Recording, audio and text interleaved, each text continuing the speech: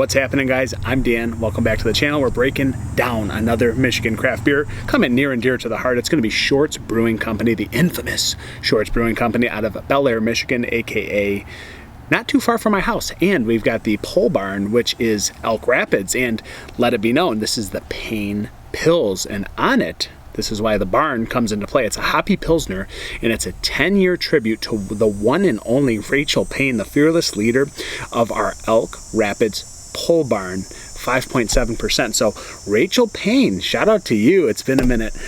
She used to be my Shorts rep, so I literally would talk to her and see her quite frequently from Short's Brewing Company. She'd be representing the company, and I would be just kind of hanging out, talking to her, talking about the products. And of course, the store that my family owns, we buy lots and lots of beer, and a lot of it comes from Short's, so we have that connection. So shout out to Rachel Payne. She moved away, she came back, and then that was her new job once she got back, was running that pole barn. So Rachel, if you're watching this, shout out to you. Miss you. Hope everything's going well. So with all that being said, this has a really good meaning behind it, and obviously the tribute to Rachel. I love that she got that sweet can art going on.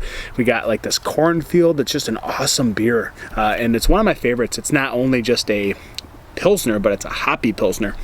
So a little bit more hopped up than our typical standard. And it's weird because there's like this can wrap on it. I don't know what's under it. I don't know if that's like space rock underneath. It's almost like they did this little like mini wrap around it. I'm going to look at that after the review. So this was packaged on 7/8/24, and I got the Short's Tiku glass, and today is the 29th time of recording. So I think this has been out for at least a week or two.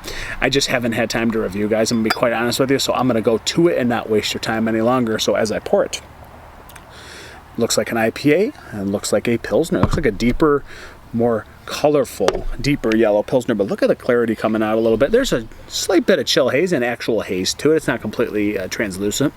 Nice bubbling going to the top, very good. We got this pillowy, thick, dense head sitting on the top, and it's quite, at least an inch or two of head, maybe an inch and a half.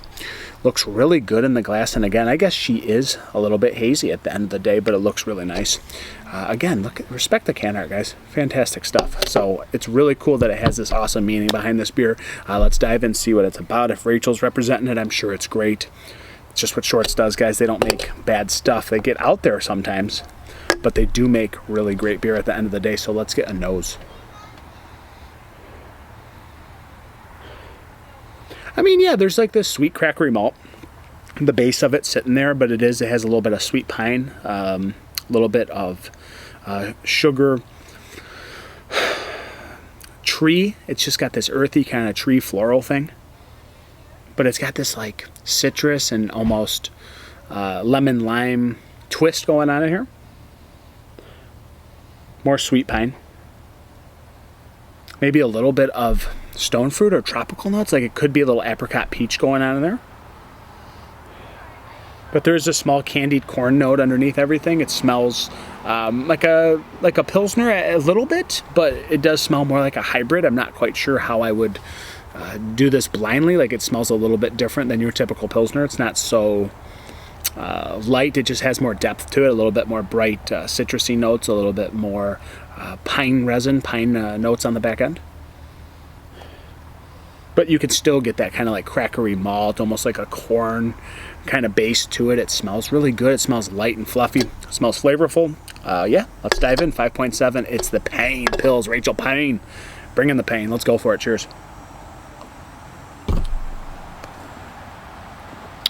Oh yeah. It's indeed still a Pilsner at the end of the day. That base sitting there. And then again, there's a little bit just more adjacent depth coming off the top and the back end.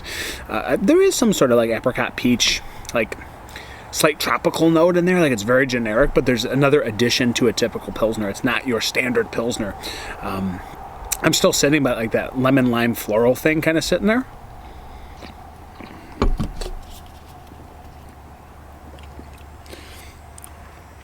Yeah, I think like a touch of peach, touch of apricot, definitely subtle underneath that crackery malt.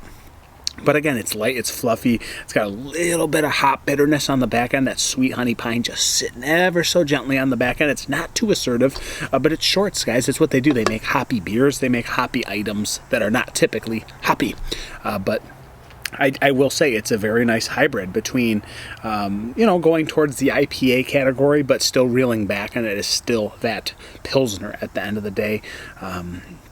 Light and fluffy, still subtly hoppy, but not too hoppy. But it sits on the back end, a little bit of that dryness, a little bit of the pine cone, earthy, floral, touch of zest. And the citrus is there, but again, I think the stone fruit it's very subdued. It's subtle. It's very subtle, as this beer is. I've been saying as that word very often. Subtle items in here that have integrated into a normal Pilsner, it makes it fun for me. It makes it a little bit better. It's still crisp. It's still easy to drink. But if you're searching for something beyond a Pilsner, this is a great beer because it is just a little bit more complex and it's a little bit more fun than your typical style Pilsner.